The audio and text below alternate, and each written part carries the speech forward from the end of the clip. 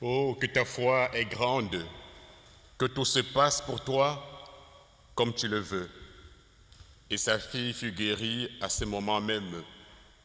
C'est ainsi que l'évangile de ce matin nous dit que la foi, c'est aussi braver les frontières du repli identitaire pour se laisser secourir par le Seigneur de la vie. Sur ce, recevez la grâce, la joie et la paix de la part de notre Père qui nous rassemble dans sa maison et de la part de Jésus-Christ, notre Seigneur, qui nous remet debout et nous conduit dans la communion de Saint-Esprit. Amen. Nous chantons le cantique 225, Viens en cette heure.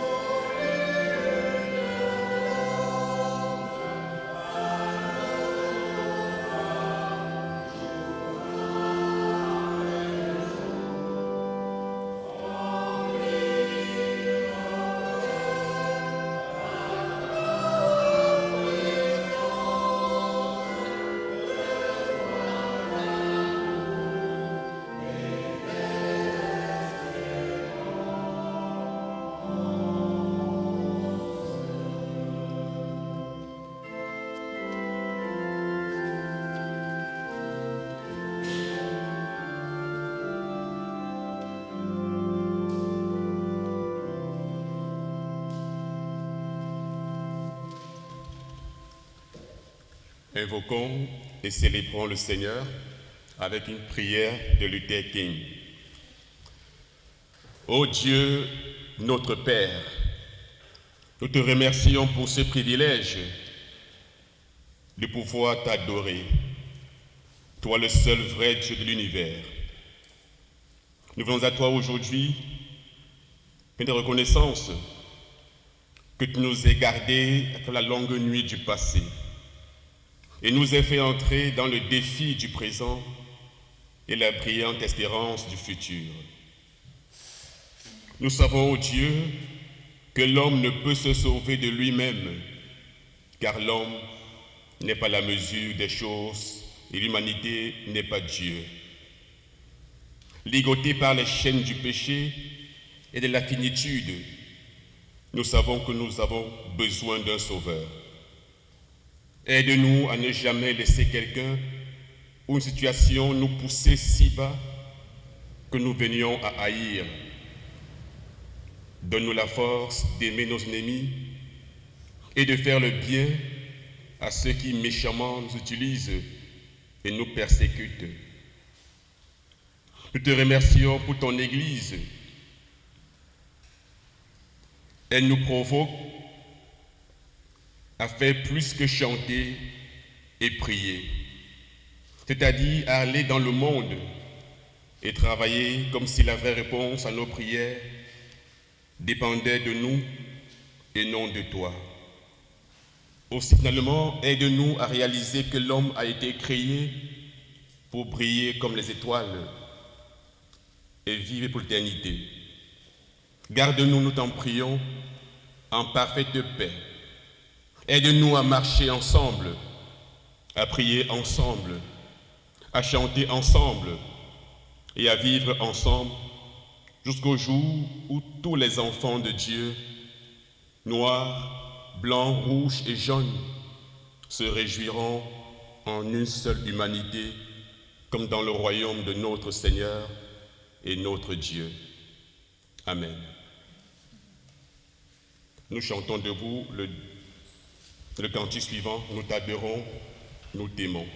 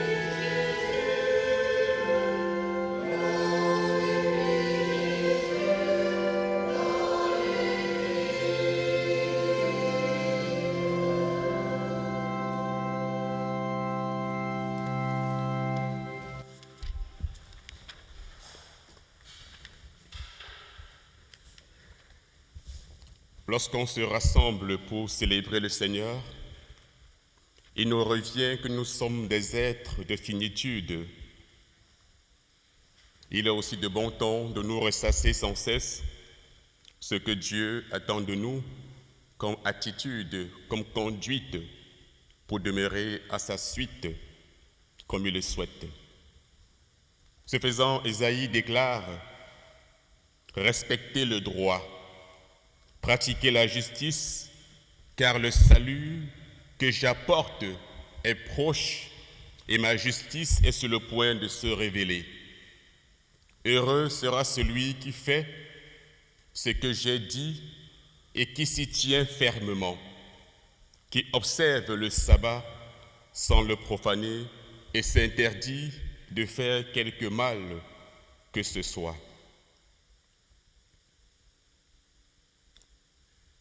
Amen. Prions le Seigneur.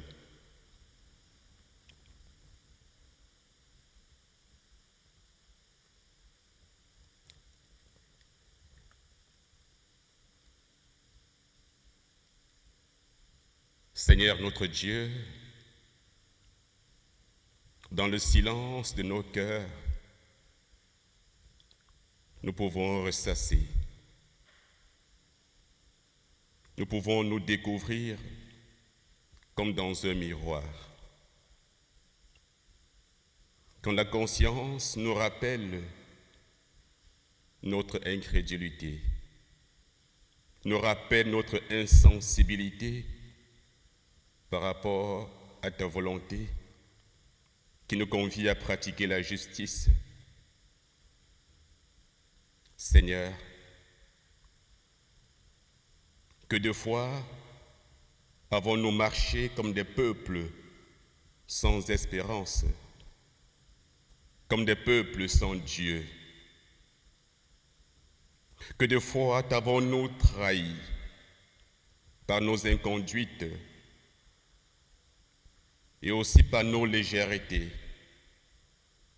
lorsqu'il faille ou lorsqu'il faut nous affirmer et nous identifier à celui que tu es. Seigneur, prends pitié. Prends pitié, ô Dieu, nous t'en supplions par Jésus le Christ. Amen. Et le psaume 51, prends pitié, Seigneur, la strophe 1.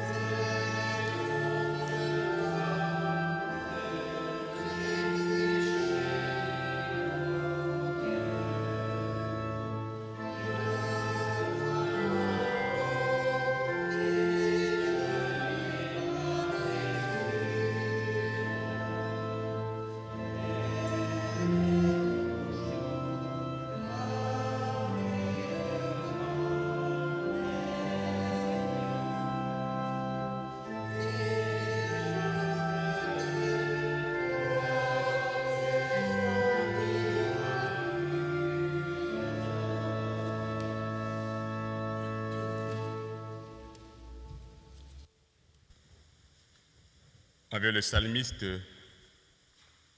Dieu pouvait dire en guise de paroles de relèvement, de paroles de grâce, heureux celui ou celle que Dieu décharge de sa faute et qui est pardonné du mal qu'elle a commis. Heureux celui ou celle que le Seigneur ne traite pas en coupable et dont l'esprit est sans hypocrisie. Ainsi heureux d'être relevé et d'être pardonné par le Christ, nous pouvons chanter debout le 417, tu peux naître de nouveau.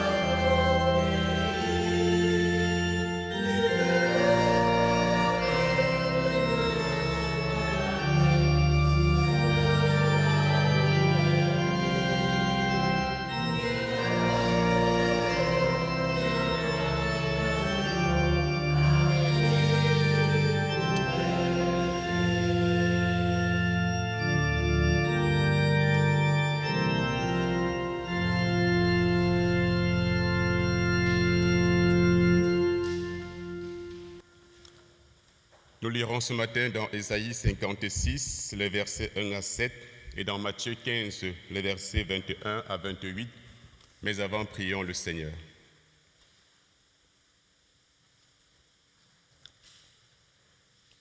Seigneur, toi qui es lumière, toi qui es parole et vie, nous voulons nous ressourcer dans ta parole. Nous la lirons sûrement avec un esprit humain, mais qui te plaise, ô Dieu, de nous ouvrir ton mystère, de nous rendre assez réceptifs à ta parole. Et par-dessus tout, rends-nous à même de la recevoir comme une part qui nous est destinée pour notre vie au quotidien par Jésus le Christ, notre Rédempteur. Amen. Dans le livre d'Ésaïe, au chapitre 56, les versets 1 à 7. Ésaïe 56, versets 1 à 7. Voici ce que le Seigneur déclare. Respectez le droit. Faites ce qui est juste, car le salut que j'apporte est proche, il va venir. On verra que je tiens ma promesse. Heureux sera l'homme qui fait ce que j'ai dit, qui s'y tient fermement, qui respecte avec soin le sabbat et s'interdit de faire quelque chose de mal, quoi que ce soit. Il ne faut donc pas que l'étranger qui s'est attaché au Seigneur aille s'imaginer « le Seigneur me met à part, à l'écart de son peuple ». Ils ne font pas non plus que l'eunuque se mette à dire « je ne suis qu'un arbre sec ». Car voici ce que le Seigneur déclare. Si un eunuque respecte mes sabbats, s'il choisit de faire ce qui m'est agréable, s'il se tient à l'engagement que j'attends de mon peuple, alors je lui réserverai sur les murs de mon temple un emplacement pour son nom. Ce sera mieux pour lui que des fils et des filles. Je rendrai son nom éternel, rien ne l'effacera. Quant aux étrangers qui sont attachés au Seigneur pour l'honorer et pour l'aimer, pour être ses serviteurs, le Seigneur déclare « S'ils respectent avec soin le sabbat, s'ils se tiennent à l'engagement que j'attends de mon peuple, alors je les ferai venir sur la montagne qui m'est consacrée. Je les remplirai de joie dans ma maison de prière. J'accueillerai avec faveur les divers sacrifices qu'ils m'offriront sur l'autel, car on appellera ma maison maison de prière pour tous les peuples. » Dans l'évangile de Matthieu, au chapitre 15, les versets 21 à 28. Matthieu 15, 21 à 28. Puis le Seigneur Jésus partit de là et s'en alla dans le territoire de Tyr et de Sidon. Une femme cananéenne qui vivait dans cette région vint à lui et s'écria « Maître, fils de David, aie pitié de moi. Ma fille est tourmentée par un esprit mauvais, elle va très mal. » Mais Jésus ne répondit pas un mot. Ses disciples s'approchèrent pour lui adresser ces demandes. « Renvoie-la, car elle ne cesse de crier en nous suivant. » Jésus répondit « Je n'ai été envoyé qu'aux brebis perdues du peuple d'Israël. » Mais la femme vint se mettre à genoux devant lui et dit « Maître, aide-moi. » Et Jésus répondit « Il n'est pas bien de prendre le pain des enfants et de le jeter aux chiens. » « C'est vrai, maître, dit-elle. Pourtant, même les chiens mangent les miettes qui tombent de la table de leur maître. Alors Jésus lui répondit « Oh, que ta foi est grande. Dieu t'accordera ce que tu désires. » Et sa fille fut guérie en ce moment même. Cantique 318, versets 1, 4 et 5. Toi qui es lumière.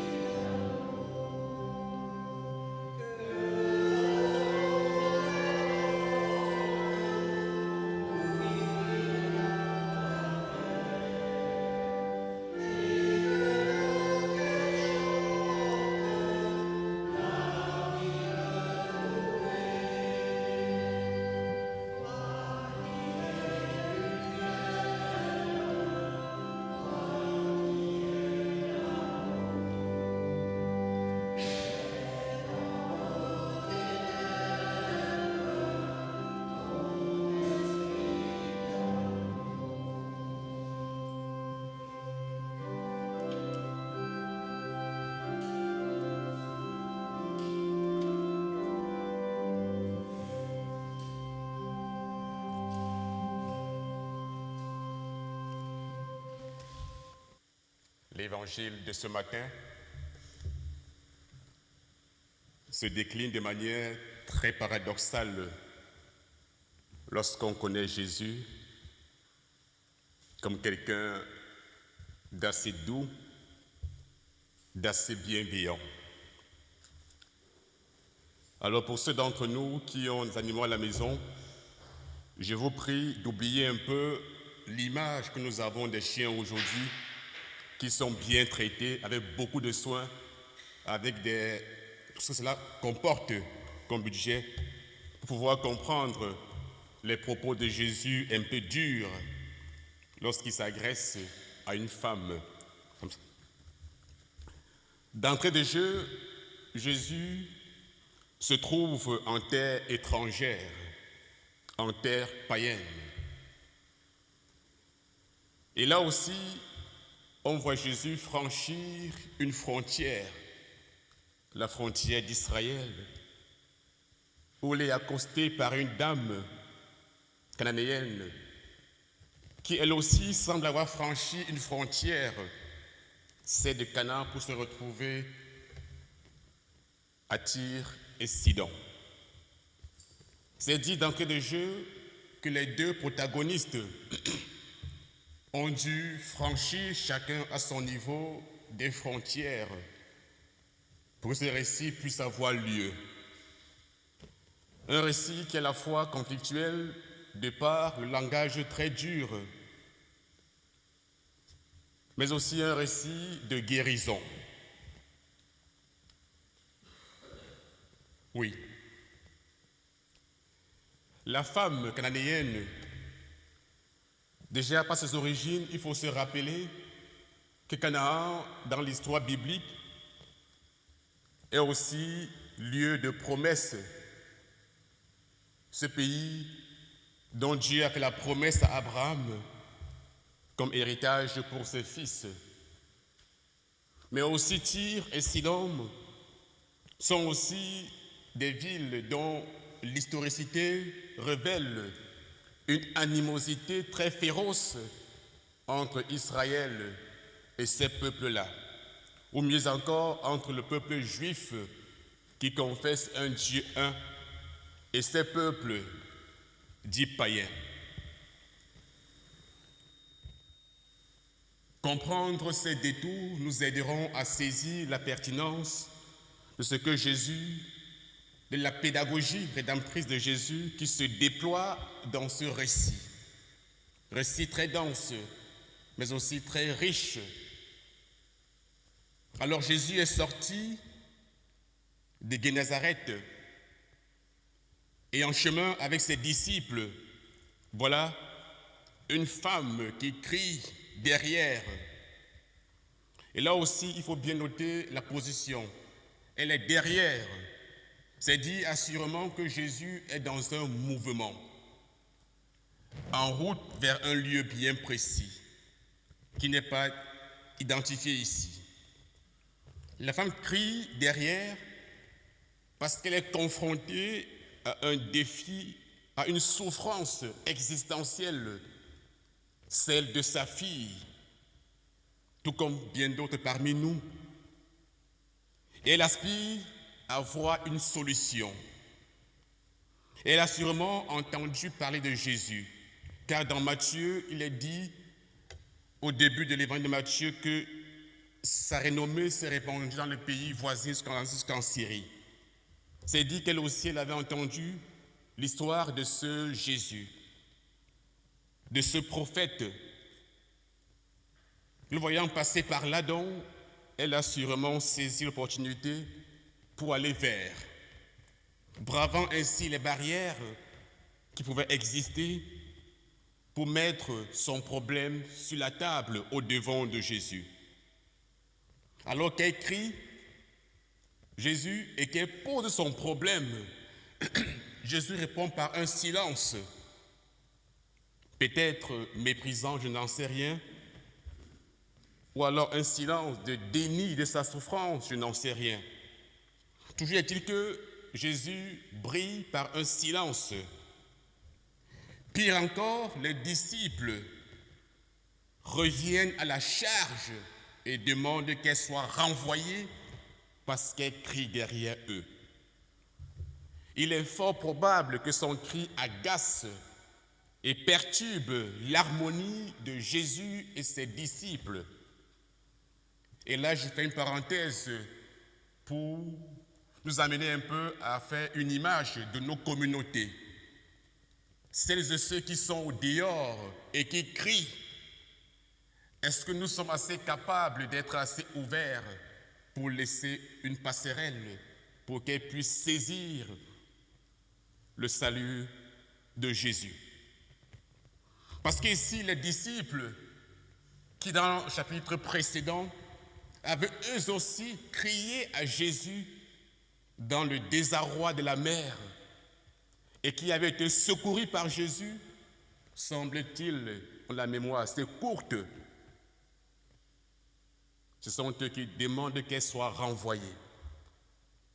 C'est dire combien parfois nous les humains, il nous arrive qu'une porte s'ouvre pour nous et devient pour nous une porte bienfaisante, une porte qui nous bénit. Et une fois entrée, on prend le soin de la verrouiller pour que les autres ne puissent pas en bénéficier. Cela traduit aussi l'égoïsme qui est enfoui en l'humain, mais pour lequel l'Évangile nous convie à le dépasser, pour laisser une rencontre, celle inattendue, trouver place en nous. Alors, la femme, quoique conviée par les disciples à se taire, ne se laisse pas dérouter dans son projet initial, dans sa démarche d'être secourue par Jésus. Et d'ailleurs, les titres qu'elle invoque traduisent quelque chose d'assez pertinent. Elle l'appelle Seigneur. Elle l'appelle Fils de David. C'est dire qu'elle s'insère dans une promesse faite à David par Dieu d'un Messie qui viendrait pour relever Israël de toutes ses souffrances. Appelée aussi Seigneur, c'est dire qu'elle confesse d'une manière très explicite que celui qu'elle évoque est capable de répondre de manière très efficace à ceux dont elle souffre. Les disciples donc tentent de la faire taire. Et c'est là que Jésus répond enfin, ou du moins, pas de manière spécifique, mais de manière impersonnelle, d'une manière plus générale. Il dit, je n'ai été envoyé qu'aux brebis perdues de la maison d'Israël. Quel paradoxe de voir Jésus hors des frontières d'Israël et parler ainsi en terre païenne avec un regard, un ton aussi sévère, aussi dur aux païens. Comme quoi il a du zèle, il a de l'audace. Et là, le récit prend une tournure tout autre. C'est que la femme ne se laisse pas décourager non plus. Le récit nous dit qu'elle se place dès lors en face de Jésus. C'est dire qu'elle a dû accélérer ses pas de derrière pour se retrouver en face et revenir à la charge avec ce problème qui lui pèse sur le cœur. Elle le dépose, elle se prosterne devant lui en retirant sa demande. Seigneur, secours-moi. Et là encore, la réponse de Jésus peut nous laisser perplexes. Il n'est pas bien de prendre le pain des enfants et de le jeter aux petits chiens. Réponse dure, perplexe, certes. Mais si le parallèle est fait avec la parole de Jésus antérieure, on peut comprendre que Jésus répond ici sous forme de parabole à la femme. Et la femme entre dans le langage de Jésus. Mais avant d'y arriver, le lien nous fera comprendre que les petits chiens ou les enfants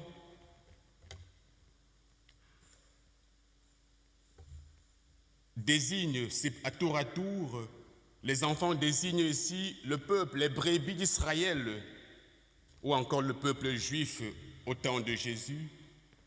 Et les petits chiens peuvent désigner aussi, en référence à la parole en amont, des païens. Alors, lorsque Jésus répond ainsi à la femme reprend à son compte la parabole où les petits chiens sont mis en relation avec leur maître en termes d'appartenance. Oui, Seigneur, dit-elle, les petits chiens mangent les miettes qui tombent de la table de leur maître.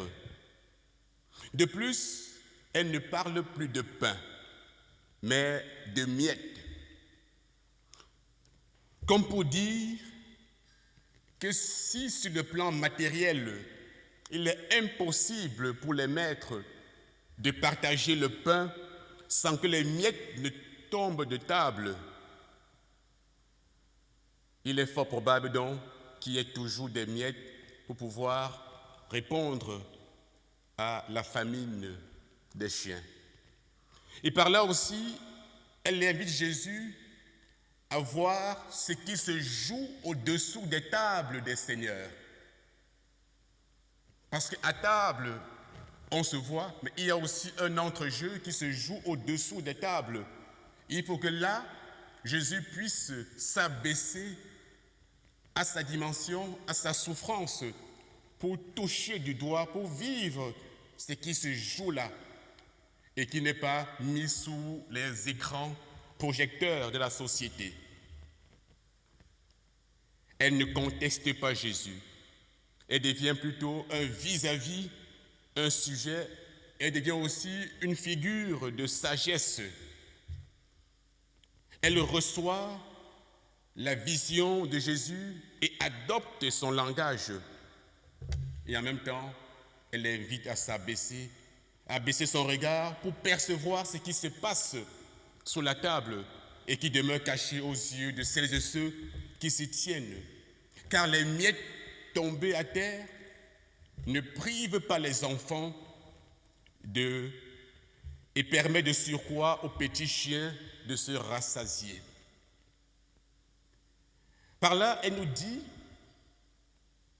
qu'elle n'attend pas à être traitée comme un enfant de la maison d'Israël, mais que les reliquats, les restes qui tombent et qui assurément vont finir dans les poubelles, que là encore, cela peut servir de levier pour nourrir des foules immenses, commençant par elle. Et c'est là où donc elle implore que ces miettes puissent être au bénéfice de sa situation existentielle. C'est alors que Jésus entre dans un véritable échange interpersonnel avec la femme cananéenne. Jésus se montre remué et déclare « Femme, ta foi est grande, qu'il te soit fait comme tu veux. » Et à l'heure même, sa fille fut guérie. Jésus met en exergue une attitude vis-à-vis de la femme qui nous invite à voir combien Dieu tient ses promesses. Et si Dieu veille à ce que sa parole s'accomplisse, le prophète Ésaïe précise que Dieu ne le fait pas pour les humains sans les humains. Oui, car la pédagogie rédemptrice de Dieu nous est révélée d'une part dans les faits, par la persévérance de la femme, et d'autre part par le discours, programme du prophète Ésaïe, qui stipule quant aux étrangers qui se sont attachés au Seigneur pour l'honorer et pour l'aimer. Le Seigneur déclare: s'ils demeurent fermement attachés à mon alliance, alors je les ferai venir sur la montagne qui m'appartient. Je les remplirai de joie dans ma maison de prière. J'accueillerai avec faveur les diverses offrandes qu'ils m'apporteront. Car ma maison sera appelée une maison de prière pour tous les peuples. Et là, on comprend très bien que la maison du Seigneur n'exclut personne. Elle est ouverte à tous, mais elle convie l'humain d'accepter d'y entrer avec un cœur qui prie, un cœur qui cherche le Seigneur, qui bâtit ainsi sa maison.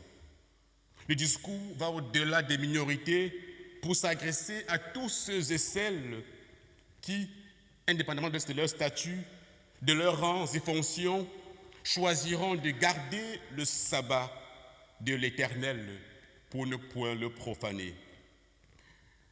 Par sabbat, entendons non pas vénérer un jour précis, mais entendons une attitude d'adoration quotidienne, d'ouverture du cœur de l'humain qui se tourne vers son Créateur, pour se laisser instruire et conduire par son Créateur au quotidien. Oui, ceux-là qui persévéreront dans l'alliance de Dieu, ceux-là seront amenés sur la montagne sainte où Dieu lui-même les réjouira dans sa maison de prière.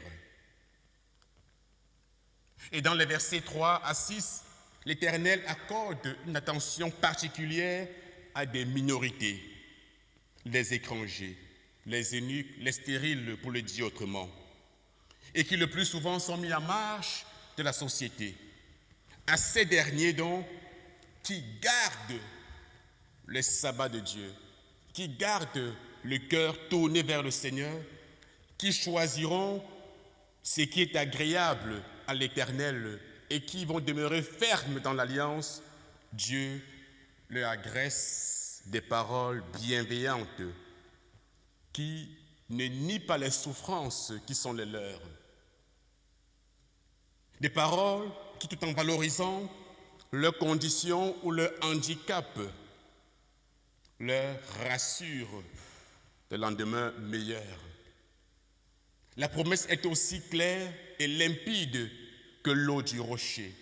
C'est Dieu lui-même qui s'engage à leur donner dans sa maison et dans ses murs une place et un nom préférable à celle des fils et à des filles. C'est encore et toujours Dieu lui-même qui s'engage à leur donner un nom éternel qui ne périra pas. Voilà, à mon humble avis, un message de réconfort capable de relever le visage et d'essuyer les larmes de celui ou de celle qui est stérile, de celle qui fait face à un handicap temporaire ou permanent. Dieu en est conscient. Il se fait tout proche dans la perspective de nous tenir la main pour nous conduire dans ses pâturages. À nous donc de faire preuve d'audace, de persévérance, comme la femme cananéenne qui n'a pas été ébranlée et encore moins découragée par tous ces propos exclusifs de rejet qui se sont abattus sur elle, mais qui est restée focus sur son cri de secours adressé au Dieu de la vie. En cela donc, elle nous invite à une fermeté, à une espérance certaine qui ne faillira point si nous gardons nos cœurs tournés vers le Seigneur. Amen.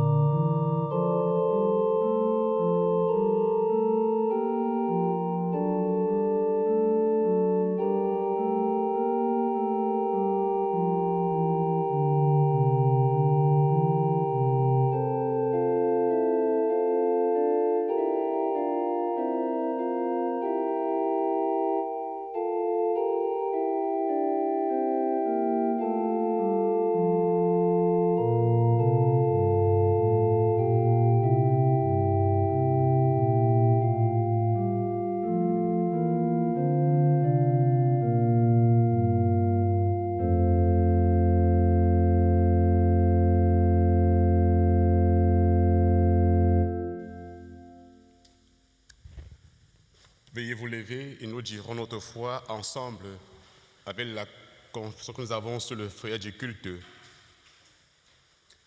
Je crois en Dieu, notre Père Tout-Puissant, vrai berger de son troupeau, attentif à tous les besoins de son peuple. Personne n'est étranger pour lui, et il exauce tous ceux et celles qui l'invoquent avec confiance. Je crois en Jésus-Christ, son Fils unique. Il n'a mis aucune limite à sa mission en faveur des humains. Il est la compassion et la paix vivante de Dieu au cœur des humains, pour les réconcilier avec Dieu et entre eux. Je crois en l'Esprit Saint, esprit d'unité et d'amour, ignorant, accueillant les uns pour les autres. C'est lui qui nous aide à sortir de nos frontières pour aller à Jésus. Je crois que l'Église nous est donnée pour nous permettre d'aller à la rencontre de celles et ceux qui sont en quête de sens et du salut. Amen. Veuillez vous asseoir.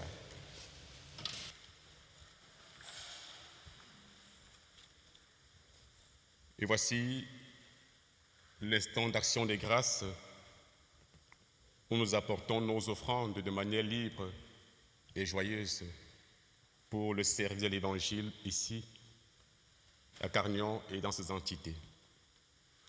Le cantique 530, strophes 1 et 2.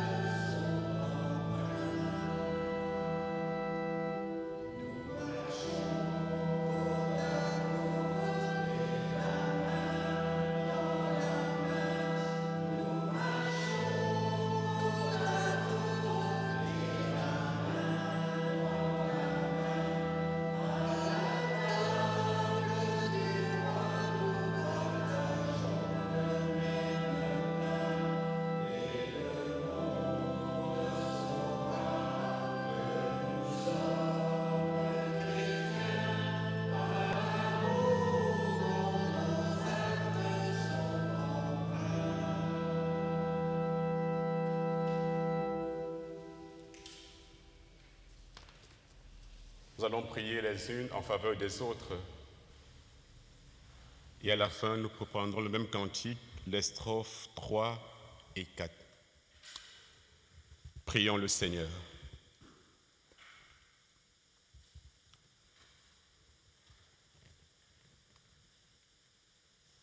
Notre Dieu et Père en Jésus-Christ,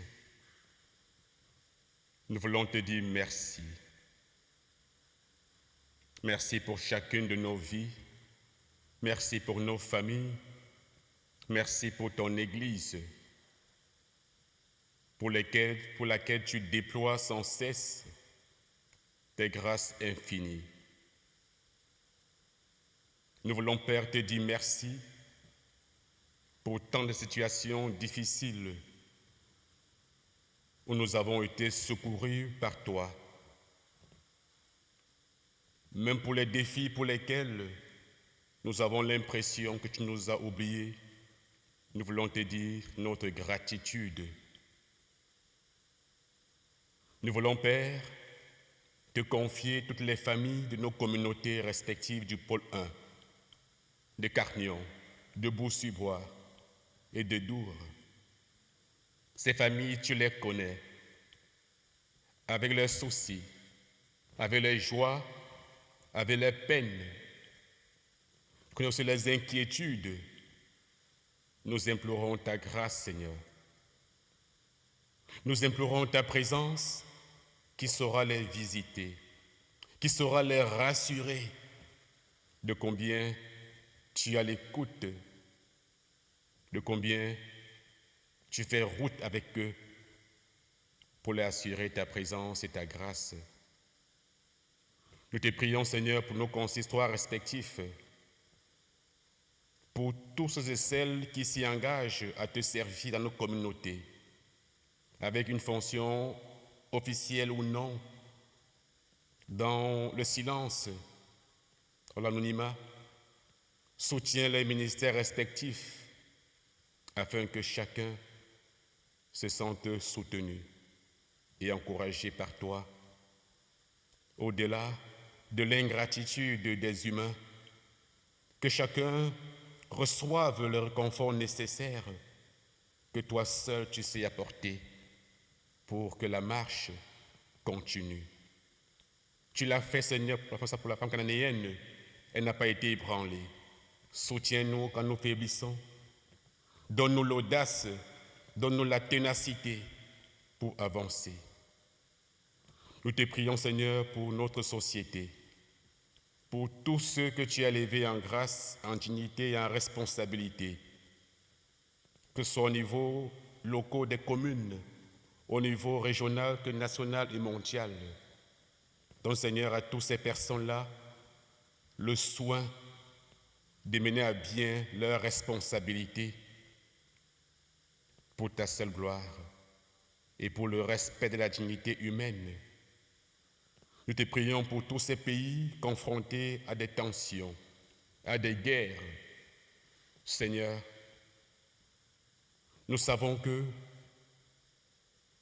si toi tu n'insuffles pas dans l'esprit humain le respect de l'autre, le souci d'humilité pour entrer en relation avec son semblable comme un vis-à-vis, il est fort probable que le monde aille de mal en pire. Seigneur, nous t'en supplions. Insuffle un vent nouveau, un vent de paix, un vent de réconciliation dans le monde entier. Et console toutes ces familles qui sont meurtries, qui paient les pots cassés de ces guerres ici et là. Seigneur, relève. Nous te prions pour ton Église en Belgique et dans le monde entier. Permets au Dieu qu'elle transcende toutes les barrières qui peuvent l'enfermer dans une bulle pour se mettre vraiment au service de l'Évangile, afin que ton nom soit proclamé. Par Jésus le Christ, nous t'avons prié. Amen.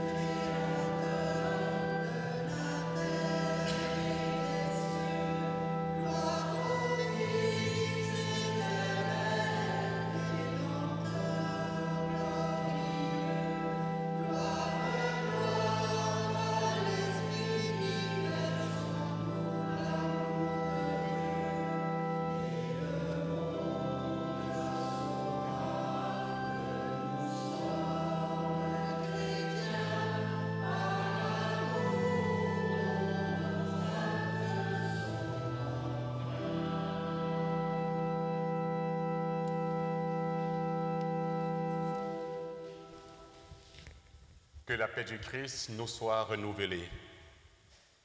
Nous disons merci pour Jésus-Christ, car son royaume ne connaît pas de frontières. Il est présent au cœur de chacune de nos journées.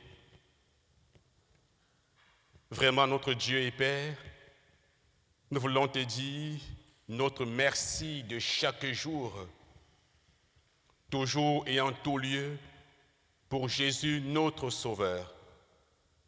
Par lui, tu appelles tous les humains à la table de ton royaume. Et ton visage s'éclaire pour nous. Tu nous appelles tes enfants. Tu nous distribues le pain.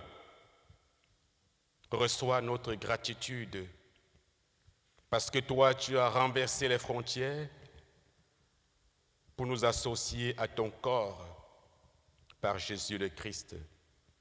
Amen. En guise de rappel, parce qu'il a voulu procurer en abondance le pain du royaume à toutes celles et ceux qui se voudraient enfants de Dieu. Je suis le soir où fut livré, pris du pain. Après avoir rendu grâce, le rompit en disant « Prenez et mangez, ceci est mon corps, donné pour vous. » Il prit ensuite une coupe Et après avoir dit merci, donnant en disant, prenez, buvez-en tous, car ceci est mon sang, c'est l'alliance qui est répandue pour la multitude. Amen. Prions le Seigneur. Nous reconnaissons, Père Céleste, en Jésus, celui que tu as envoyé pour nous partager ton pain. Il a donné sa vie pour nous. Toi, en toi, il n'y a aucune différence entre celles et ceux qui font visiblement partie de ton peuple et celles et ceux qu'on croit étrangers. Que ton esprit ravive en nous l'assurance que nous t'appartenons, l'assurance que même les miettes de ta table suffisent à nous relever et à nous unir et à nous greffer au corps du Christ. Amen. Le cantique pour que nos cœurs, le cantique 583, les strophes 1, 3 et 4.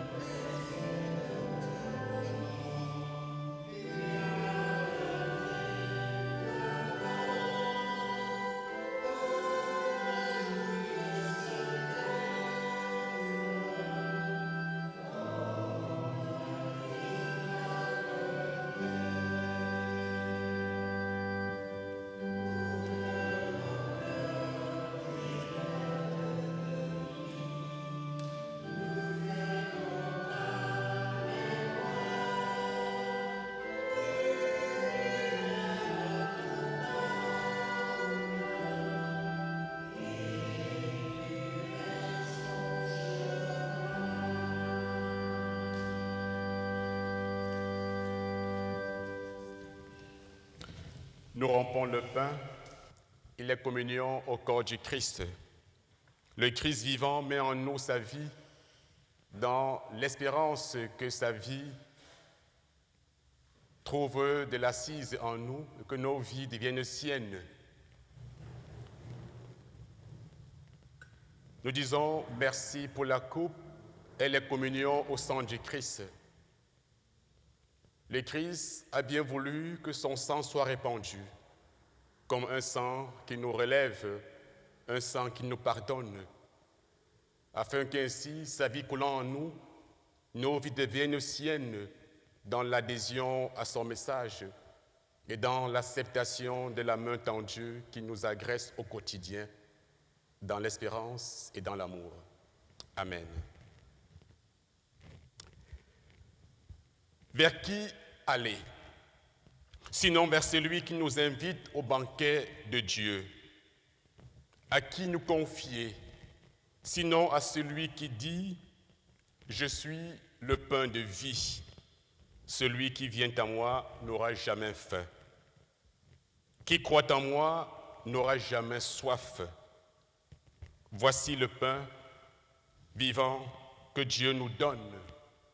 Venez, dit le Christ, car tout est prêt. »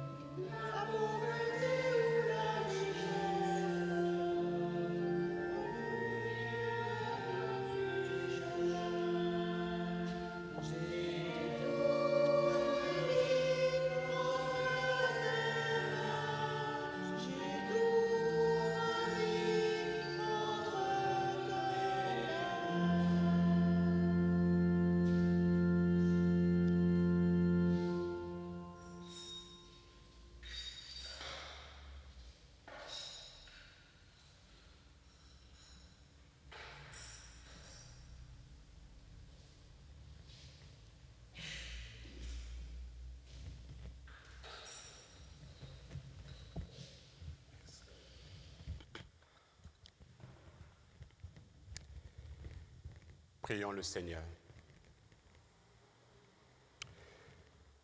Béni sois-tu, Dieu d'amour, qui remplit toutes nos vies. Béni sois-tu, Jésus Sauveur, qui porte toutes nos vies. Béni sois-tu, Esprit d'amour, qui met force et espérance dans toute notre vie. Rends ton Église accueillante et ouverte, à même de reconnaître et d'accueillir celles et ceux qui veulent te servir. À la suite de Jésus, conduis-nous vers ceux et celles qui cherchent ton visage. Ouvre nos oreilles, nos yeux et nos cœurs aux cris de celles et ceux qui attendent une libération. Et comme tu nous rassembles aujourd'hui, rassemble tous les humains de tout pays, de toute langue, de toute race, toute culture au banquet de ton royaume. Nous pourrons alors fêter l'unité révélée et la paix instaurée par Jésus, avec qui nous voulons te dire tous ensemble.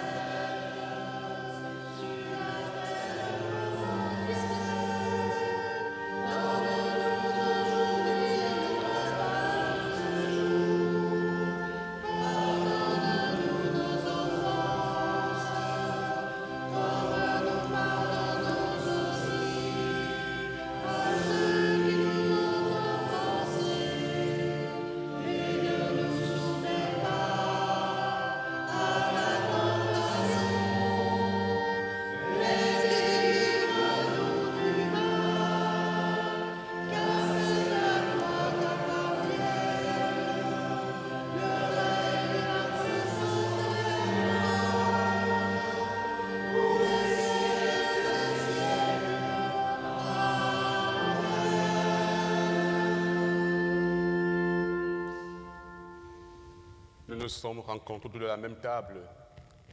Nous avons mangé le même pain. Que le même esprit nous anime, que nous annoncions partout le message d'amour que le Christ témoigne. Un message qui n'a point de frontières. Allez dans l'assurance que c'est le Christ qui vous a reçu à sa table.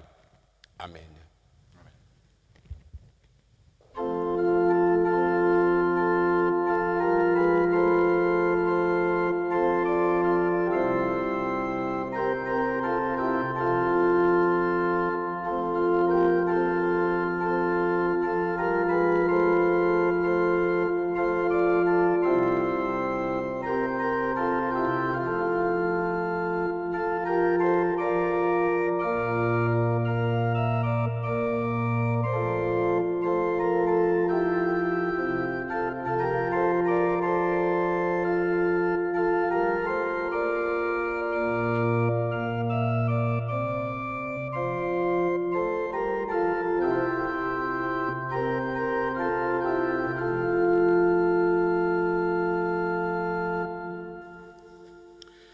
Je voudrais d'abord remercier Frédéric qui nous a conduits dans ce culte et qui sait qu'il est toujours bienvenu dans cette maison.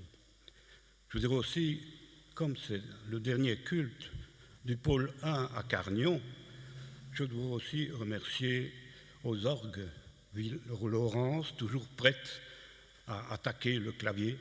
Bien sûr, elle aime ça. Et nous aussi, on aime bien quand elle joue. Merci Laurence. Il y a très peu d'annonces à faire. Je vais commencer par Boussu. Est-ce qu'il y a des annonces pour Boussu?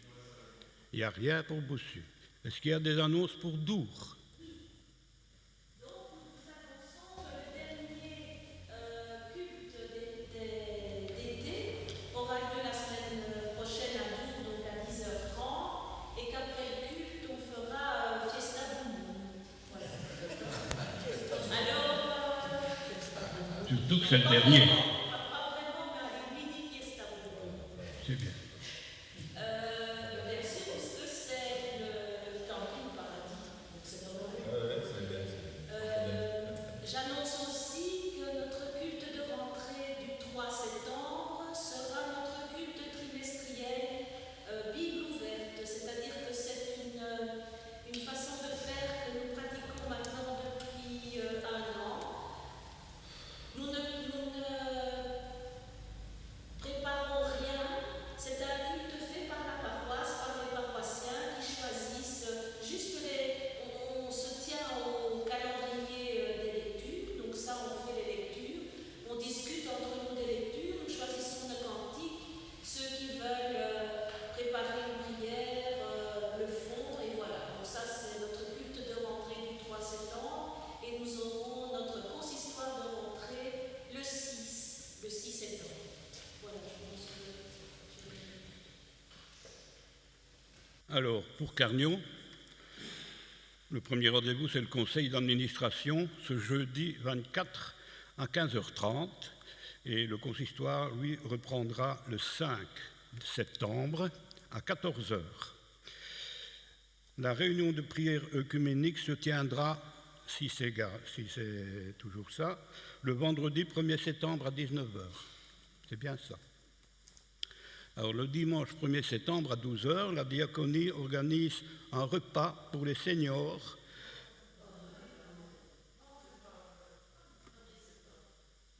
Le 1er septembre à 12h. Ah, oui. Donc, un repas pour les seniors au restaurant Epoca del Sol. Les inscriptions sont toujours à prendre auprès de Lydia et Annette jusqu'au mercredi 23 août, donc jusqu'à ce mercredi. Le 9 septembre à 9h, ici dans le temple, aura lieu l'assemblée de district. Le 10 septembre à 15h, vous êtes tous invités à une cérémonie cultuelle pour l'installation de notre pasteur Karl-André Spearman. Il n'y aura bien sûr pas de culte au matin ici à Carnion le 10 septembre. Et je vais maintenant passer la parole à Jean-Pierre Roland.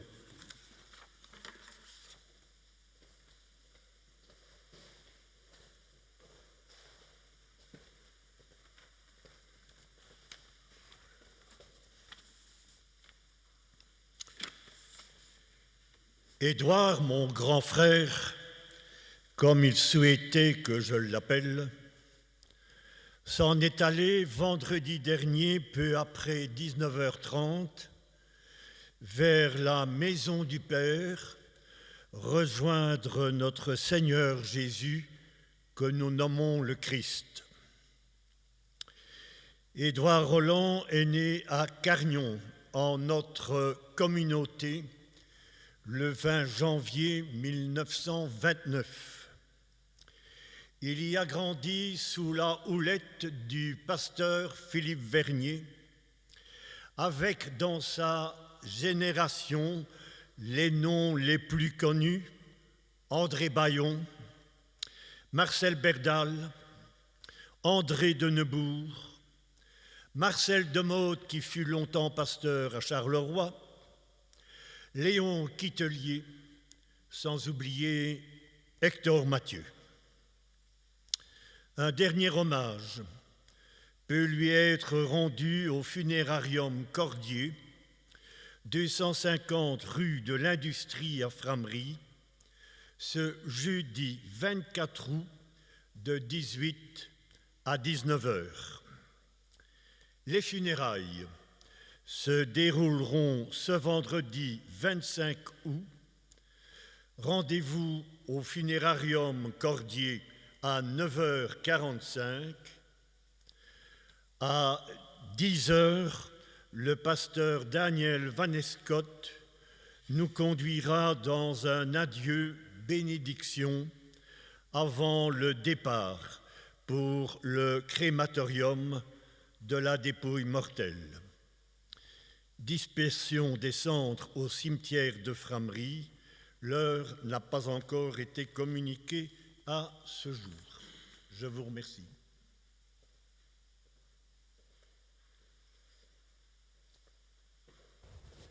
Si c'est tout, on peut donc se lever pour écouter une parole d'exhortation de la part du Seigneur.